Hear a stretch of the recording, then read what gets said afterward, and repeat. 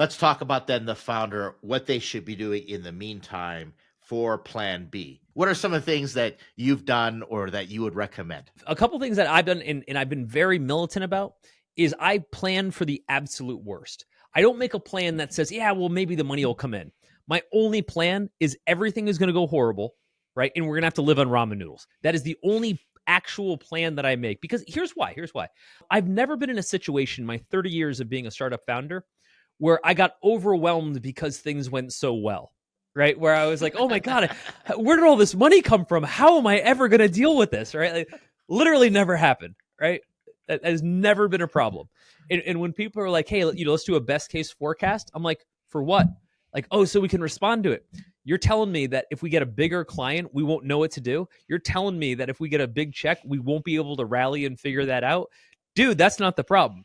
The problem is when none of that happens, right? And we have $0 coming in or next to $0. And we've got to figure out how to make payroll. We got to figure out how to keep the lights on.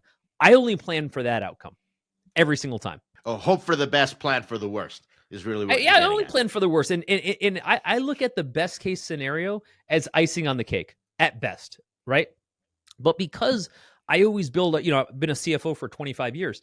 Whenever I build financial plans for the company, they're always at absolute apocalypse. What does apocalypse look like? Because if I can build a plan through apocalypse, I'm invincible, right? Because then I know no matter what, even if it's just me, me and my wife running this as the last people at the office, then great. That's the plan. That's how we'll get through it.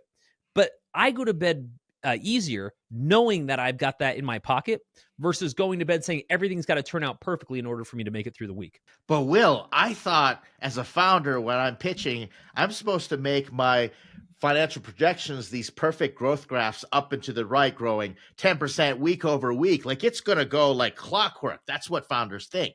Yeah. So we talk a lot about this. We talk about the difference between a financial model and a financial projection. A financial projection is what public companies get to use. They have a voluminous amount of trending data that they can project from. This is how long our sales cycles are. This is how much it tends to cost us to acquire a customer, you name it. A financial model is what we get to work with. A financial model has nothing to do with what we're actually going to do from a projection standpoint. It says, if we hit these assumptions, how the average cost of sale, the average cost of acquisition, et cetera, then we'll get to this outcome.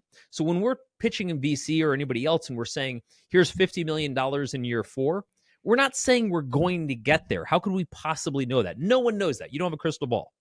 What we're saying is if these assumptions prove to be true, again, cost per acquisition, the number of customers we acquire, et cetera, then we'll hit those numbers. And all of our time and effort is being spent toward proving those assumptions. But we couldn't possibly know what those are until we try. Okay, I'm glad you said that. Investors are more interested in the fact that you can create a financial model that you can adjust based on pressure testing assumptions and all that good stuff, rather than, oh my gosh, we're going to be $100 million and I know the perfect path to get there. Great. Now I'm going to add on to what you said previously. Use your financial model to plan for the worst case scenario. Yep. That's what we do every time.